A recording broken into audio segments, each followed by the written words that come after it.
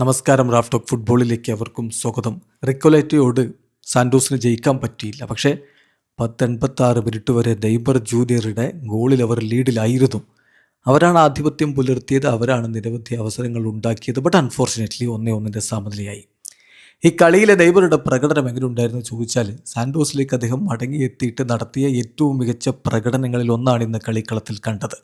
വളരെ ഫിറ്റായിരുന്നു, മികച്ച നീക്കങ്ങൾ ഉണ്ടാകുന്നു, എതിരാളികൾ അനായാസം മറികടക്കുന്നു, എതിരാളികളുടെ ടാക്കിളിൽ നിന്ന് രക്ഷപ്പെട്ട് മുന്നോട്ട് കുതിക്കുന്നു, ടൈറ്റ് ആംഗിളിൽ നിന്ന് ഗോൾ നേടുന്നു, ഫ്രീ കിക്ക് ഗോൾ വല ലക്ഷ്യമാക്കി തൊടുക്കുന്നു, പക്ഷേ ഗോൾ കീപ്പർ തടഞ്ഞിട്ടു. അങ്ങനെ അതിമനോഹരമായിട്ടുള്ള നിമിഷങ്ങളൊക്കെ സമ്മാനിച്ചൊരു പ്രകടനമാണ് നെയ്മറുടേത്.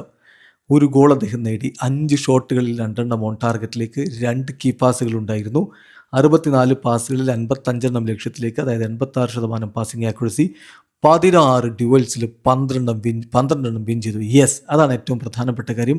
മത്സരത്തിൽ ഫസ്റ്റ് അക്കാര്യത്തിൽ അദ്ദേഹമാണ്. എതിരാളികൾ അദ്ദേഹത്തെ വീഴ്ത്തി, സ്വാഭാവികമാണല്ലോ. ഏറ്റവും അധികം ഫൗള് സഫർ ചെയ്ത അദ്ദേഹമാണ്, 9. അതിൽ 8.1 sofascore.comന്റെ റേറ്റിംഗ്. നോക്കുക, ഒരു സംശയവും വേണ്ട.